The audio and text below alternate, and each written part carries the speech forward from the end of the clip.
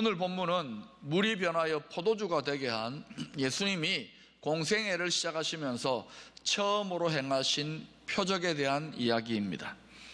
표적이라는 말은 요한복음에만 사용하는 특징적인 용어입니다. 마태, 마가, 누가복음에는 기적, 이적, 권능 등으로 이 단어를 사용하고 있습니다. 이 표적이라는 말은 우리가 흔히 보는 간판과 같은 의미가 있습니다. 간판 그 자체가 중요한 것이 아니라 그것이 의미하는 바, 그것이 지시하는 바가 더 중요한 것입니다.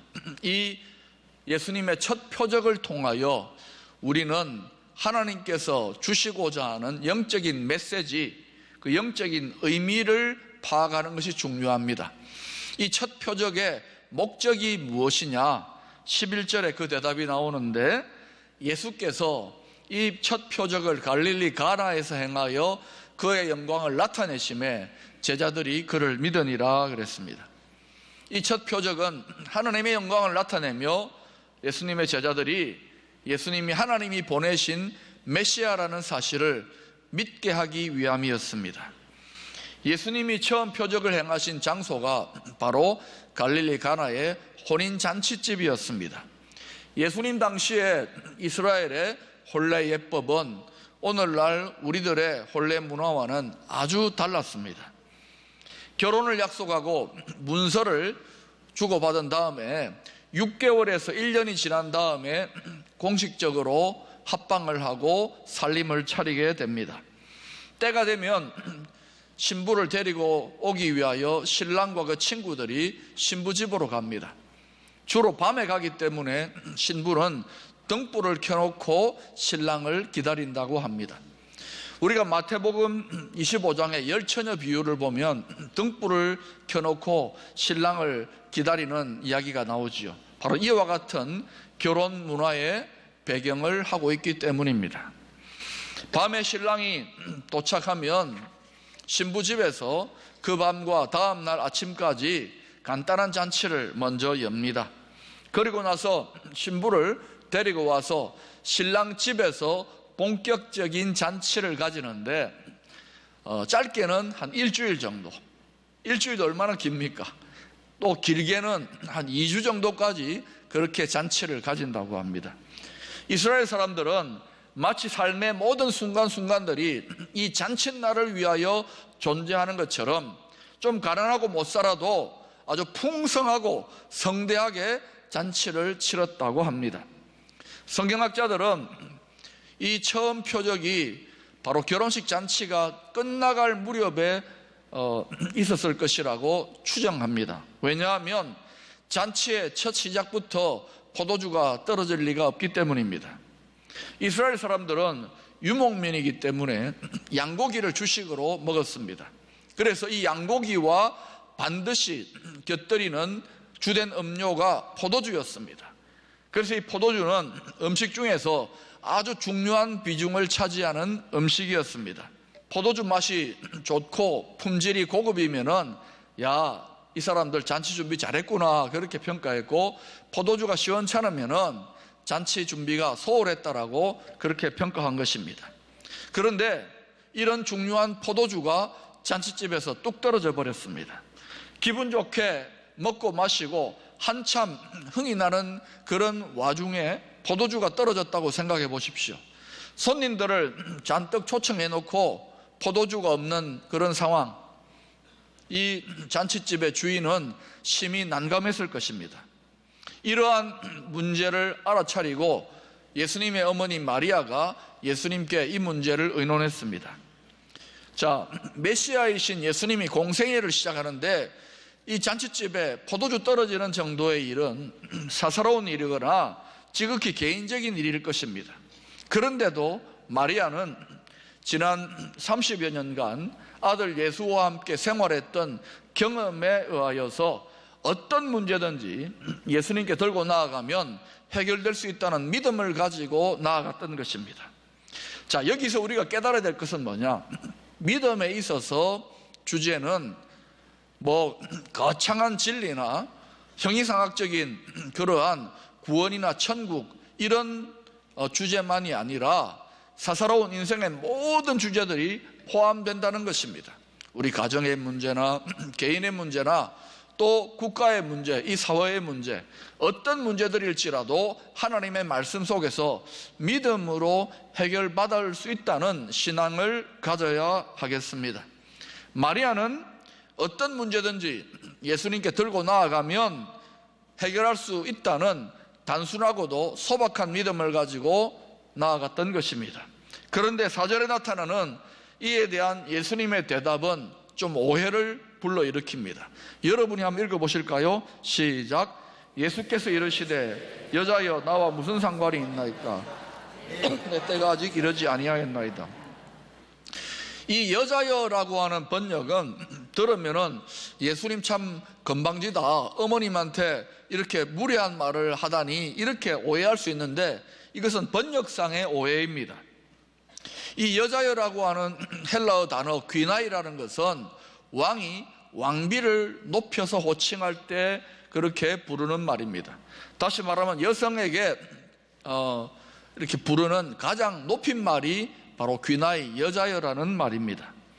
또 어떤 분들은 이 여자여라고 하는 표현을 예수님이 이제 개인적인 생활에서 공적인 메시아로서의 삶을 시작하면서 이제 여자여라고 했던 표현은 이제 어머니와 아들과의 관계를 넘어서서 메시아와 한 인간과의 관계를 규정짓는다는 그런 식으로 해석하는 분도 있습니다. 자, 그런데 내 때가 아직 이르지 아니하였다, 이 표현에서 이 때가 어떤 때이냐 이거죠. 예수님이 의미하는 때, 요한복음에 이 때에 대한 이야기가 많이 나오는데 주로 예수님이 십자가를 지실 때를 의미했다고 합니다. 자, 그래서 오늘 이 본문에 내 때가 아직 이르지 않았다는 것은 예수님이 내가 본격적으로 십자가를 지고 죄 사함의 사역을 감당할 때가 아직 오지 않았다, 이런 의미인 것입니다. 5절에 보면 마리아는 예수님의 대답을 기다리지도 않고 하인들에게 이렇게 명령합니다. 너희에게 무슨 말씀을 하시든지 그대로 하라 하니라. 여기에서 알 수 있는 것은 하나님의 역사에는 순종이 꼭 필요하다는 것입니다.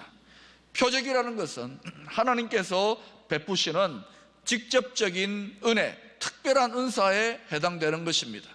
그런데 이 은혜를 받기 위해서는 인간 편에서 준비해야 되는 그릇이 있습니다. 이 은혜를 담는 그릇이 바로 믿음과 순종이라고 하는 그릇입니다. 예를 들어서 예수님이 광야에서 5,000명을 먹이실 때 하늘문을 여시고 직접적으로 만나를 내리게 하실 수도 있었을 것입니다. 그런데도 한 소년의 물고기 2마리와 보리떡 5개를 받으셔서 축사하시고 기적을 행하셨습니다. 이때에도 동일한 믿음과 순종의 원리가 적용되는 것입니다. 믿음과 순종은 우리의 삶에 하나님의 능력의 역사가 나타나도록 하는 기차의 2 레일과 같다고 할 수 있습니다. 여러분, 우리의 신앙생활에서도 가장 중요한 덕목이 바로 순종인 것입니다. 무슨 말씀을 하시든지 그대로 하라. 이것은 하인들에게만 적용되어지는 것이 아니라 우리 모든 믿음의 백성들에게 적용되는 줄로 믿습니다. 히브리서 5장 8절 9절에는 예수님도 순종함을 배워서 온전함에 이르렀다고 증언하고 있습니다. 그가 아들이시면서도 받으신 고난으로 순종함을 배워서 온전하게 되셨은즉 자기에게 순종하는 모든 자에게 영원한 구원이 되시고, 하나님의 아들이신 메시아 예수님도 순종함을 배워서 온전하게 되셨다고 합니다. 저와 여러분의 신앙도 온전해지기 위해서 필요한 것이 뭐냐? 순종을 배우는 것입니다. 그래서 종교개혁자 마르틴 루터는 기적보다도 순종이 더 낫다라고 그렇게 말했습니다. 포도주가 부족하다는 요구에 대해서 예수님의 반응은 전혀 뜻밖이었습니다. 6절 7절 말씀을 여러분이 같이 한번 읽어보십시다. 시작. 거기에 유대인의 정결 예식을 따라 예수께서 그들에게 이르시되 항아리에 물을 채우라 하신즉 아기까지 채우니, 이스라엘 사람들은 아주 깨끗하기로 소문난 민족이었습니다. 이 청결이라는 것은 위생적인 의미를 넘어서서 종교적인 뜻을 포함하고 있었습니다. 본문에서 말하는 정결 예식의 돌 항아리는 식사 전에 또는 출입을 할 때에 손을 깨끗하게 씻는 용도의 물을 담는 돌 항아리였습니다. 이 돌 항아리 하나에 대략 한 100리터 정도의 물이 들어갔다고 합니다. 우리 생수병 하나가 한 2리터 정도 되잖아요. 그런데 이게 100리터짜리가 6개니까 생수병으로 따지면은 600리터, 다시 말하면은 2리터짜리 생수병 300병 이상의 엄청난 양의 포도주를 지금 주님께서 만들어 주신 것입니다. 주님은 포도주가 부족했던 잔치집에 포도주를 그냥 조금 만들어 주신 것이 아니라 차고 넘치도록 풍성하게 공급해 주셨습니다. 여기에서 우리가 깨달을 수 있는 것이 있습니다. 주님께서 함께 하시고 주님의 능력이 인생 가운데 함께하게 되면 부족함을 느끼는 인생이 풍성한 하나님의 능력으로 더해진다는 것입니다. 다윗은 시편 23편에서 이 은혜를 체험하고 내게 부족함이 없다라고 고백했습니다. 내 잔이 넘쳐난다고 고백했습니다. 주님이 함께 하시는 곳에, 주님의 능력이 함께하는 곳에 하늘나라에 풍성함이 생겨나는 것입니다. 베드로가 밤새워 고기를 잡았을 때에 빈손이었습니다. 그러나 주님의 말씀에 의지하여 그물을 내렸을 때에 그물이 찢어질 정도로 차고 넘치도록 풍성하게 공급하시는 하나님의 능력을 체험하게 되었습니다. 물론 성도가 경험하는 풍성함은 단지 물질적인 것을 넘어서는 내면적이고도 영적인 것이지요. 진정한 신앙은 어떠한 상황에서도 참된 만족과 감사를 누릴 수 있는 풍성한 내면을 가지는 신앙이라고 할 수 있을 것입니다. 요한복음 10장 10절은 예수님께서 이 땅에 오신 것이 믿는 자들을 위하여 생명을 얻게 하고 더 풍성히 얻게 하기 위함이라고 이렇게 증거하고 있습니다. 도둑이 오는 것은 도둑질하고 죽이고 멸망시키려는 것뿐이요 내가 온 것은 양으로 생명을 얻게 하고 더 풍성히 얻게 하려는 것이라. 주님의 풍성케 하시는 약속이 저와 여러분에게 주어져 있습니다. 이 약속된 풍성한 삶을 믿음으로 간절한 기도로 취할 수 있기를 축원합니다. 예수님의 첫 표적이 잔치집에 부족한 포도주를 풍성하게 더해 주셨다는 것은 보다 더 깊은 영적인 의미가 있습니다. 잔치집은 즐거운 곳입니다. 성경 말씀의 포도주는 기쁨을 의미합니다. 시편 104편 15절에 보면 이런 말씀이 나옵니다. 사람의 마음을 기쁘게 하는 포도주. 또 전도서 10장 19절에도 이런 말씀이 있습니다. 잔치는 희락을 위하여 베푸는 것이요 포도주는 생명을 기쁘게 하는 것이라. 유대교의 랍비들도 이렇게 말할 정도입니다. 포도주가 없으면 기쁨도 없다. 이와 같이 포도주와 기쁨은 동일시되는 그런 단어였습니다. 그러니 주님께서 잔치집에 부족한 포도주를 더해준 것은 단지 부족한 술을 더 많이 공급해준 의미를 넘어서서 잔치집에 가장 중요한 기쁨을 더해주었다는 그런 의미인 것입니다. 어떤 비교 종교학 교수는 이런 비유를 들었습니다. 불교는 초상집 같다면 유교는 제사집 같고 기독교는 잔치집과 같다. 글쎄요, 불교와 유교에 대한 비유는 잘 모르겠지만 기독교를 잔치집에 비유한 것은 아주 적절하다고 생각합니다. 예수를 믿는다는 것은 다르게 말하면 천국의 잔치에 참여하는 삶인 것입니다. 예수 믿는 사람은 잔치하는 인생을 살게 되는 것입니다. 주님은 한 영혼이 회개하고 돌아올 때에 천국에 큰 기쁨의 잔치가 일어날 것을 마태복음 18장 12, 13절에서 이렇게 증거하고 있습니다. 너희 생각에는 어떠하냐? 만일 어떤 사람이 양 100마리가 있는데 그 중에 하나가 길을 잃었으면 99마리를 산에 두고 가서 길 잃은 양을 찾지 아니하겠느냐? 진실로 너희에게 이르노니 만일 찾으면 길을 잃지 아니한 99마리보다 이것을 더 기뻐하리라. 여러분, 한 영혼이 회개하고 돌아올 때에 하늘에 얼마나 큰 기쁨이 임하는지요. 믿음의 눈으로 한번 상상하고 바라보시기를 바랍니다. 한 사람이 진실로 회개하고 예수 그리스도를 영접하고 구원받게 되면 하늘에서는 하늘의 보좌에 계신 하나님과 허다한 천군 천사들과 먼저 믿은 믿음의 수많은 증인들이 큰 기쁨의 천국 잔치를 열게 되는 것입니다. 예수를 믿는다는 것은 우리 인생의 잔치가 회복되는 것을 의미합니다. 예수를 믿음으로 말미암아 인생에게 드리워진 모든 죄와 사망의 저주와 비극으로부터 자유함을 얻게 되는 것입니다. 그리하여 구원받은 기쁨, 하나님을 알아가는 기쁨, 하나님과 동행하는 기쁨, 믿음이 더욱더 무르익고 성숙해가는 기쁨이 우리의 내면 가운데에 임하게 되는 것입니다. 이러한 기쁨이 있는 삶은 잔치하는 삶이 되는 것입니다. 주님은 우리들의 이런 잔치가 깨어지기를 원치 않습니다. 계속해서 이어지고 회복되기를 원하십니다. 그래서 이와 같은 잔치집에 포도주를 공급해 주심으로 기쁨을 더해 주신 것입니다. 성도의 삶에 눈물과 탄식과 고통도 분명히 있습니다. 그러나 반드시 기억해야 될 것은 성도의 삶에 또한 더하여지는 것이 바로 신령한 포도주와 같은 기쁨인 것입니다. 사도 바울은 이러한 신앙의 비밀을 누구보다도 잘 알았기 때문에 힘든 감옥 속에서조차 빌립보서 4장 4절 말씀을 통해서 이렇게 명령하고 있습니다.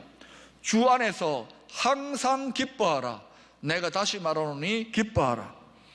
주님께서 이 처음 표적을 행하실 때에 비어있는 정결예식용 돌 항아리를 도구로 사용하셨습니다.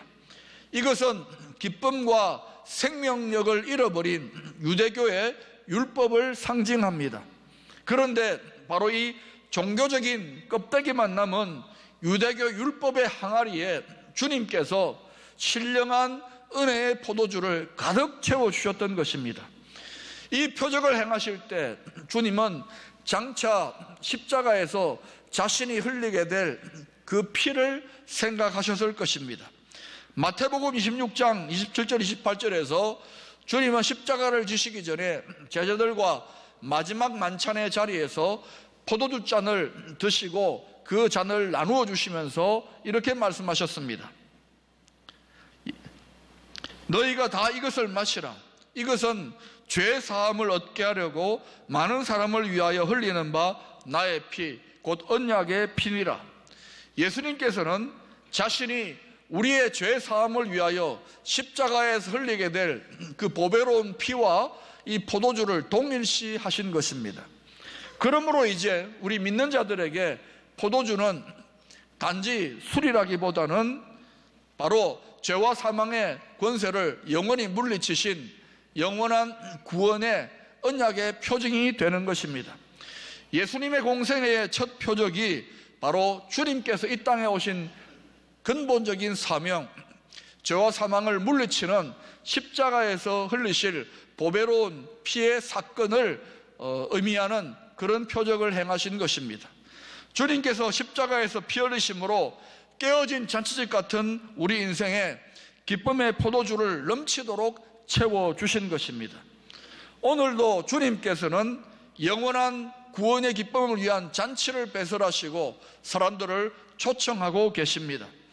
이사야서 55장 1절 2절은 그 초청에 대해서 이렇게 증거하고 있습니다. 여러분 같이 읽어보실까요? 시작. 오라 너희 목마른 자들아 물로 나오라. 돈 없이 값 없이 와서 포도주와 젖을 사라. 너희가 어찌하여 양식이 아닌 것을 위하여 은을 달아주며 배부르게 하지 못할 것을 위하여 수고하느냐? 내게 듣고 들을지어다. 그리하면 너희가 좋은 것을 먹을 것이며 너희 자신들이 기름진 것으로 즐거움을 얻으리라. 이 십자가 보혈의 신령한 포도주는 우리의 공로와 인간적인 노력으로 얻을 수 있는 것이 아닙니다. 누구든지 목마른 자는 목이 먼저 말라야 됩니다. 누구든지 목마른 자는 돈 없이 값 없이, 이 말은 돈과 어떤 대가를 지불해서 얻는 것이 아니라 은혜로, 그리고 오직 믿음으로 마실 수 있다는 의미인 것입니다.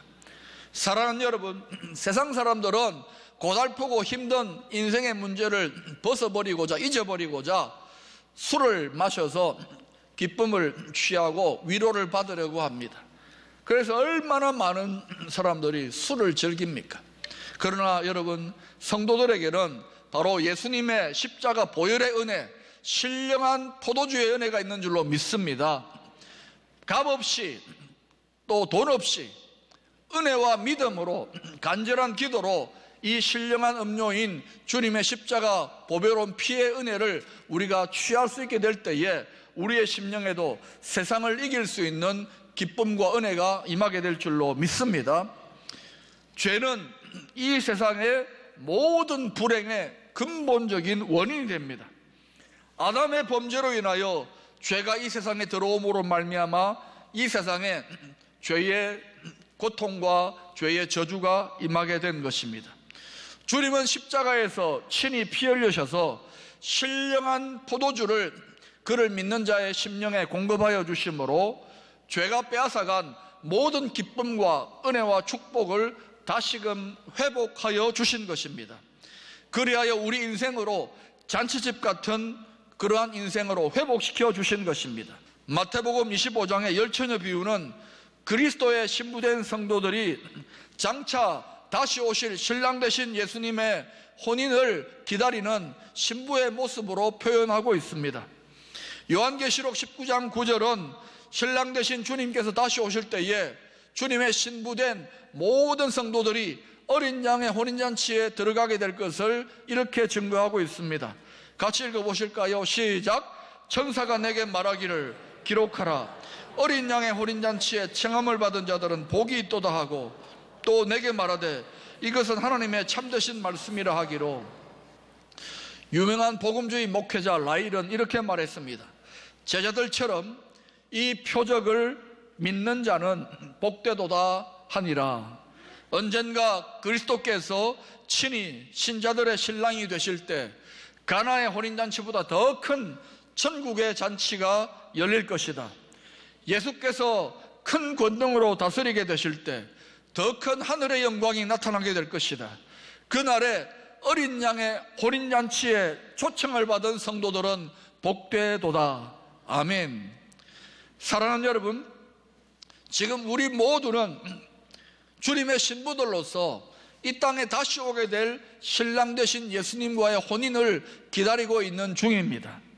모든 주님의 신부된 저와 여러분들은 장차 어린 양의 혼인잔치에 그때 누리게 될 완전한 기쁨과 영광과 행복을 바라보고 있는 것입니다. 장차 우리가 누리게 될 것입니다. 이 놀라운 소망을 굳게 붙들므로 힘들고 어렵고 고달픈 인생길이지만 순간순간 깨어서 잔치하듯 살아갈 수 있기를 축원합니다.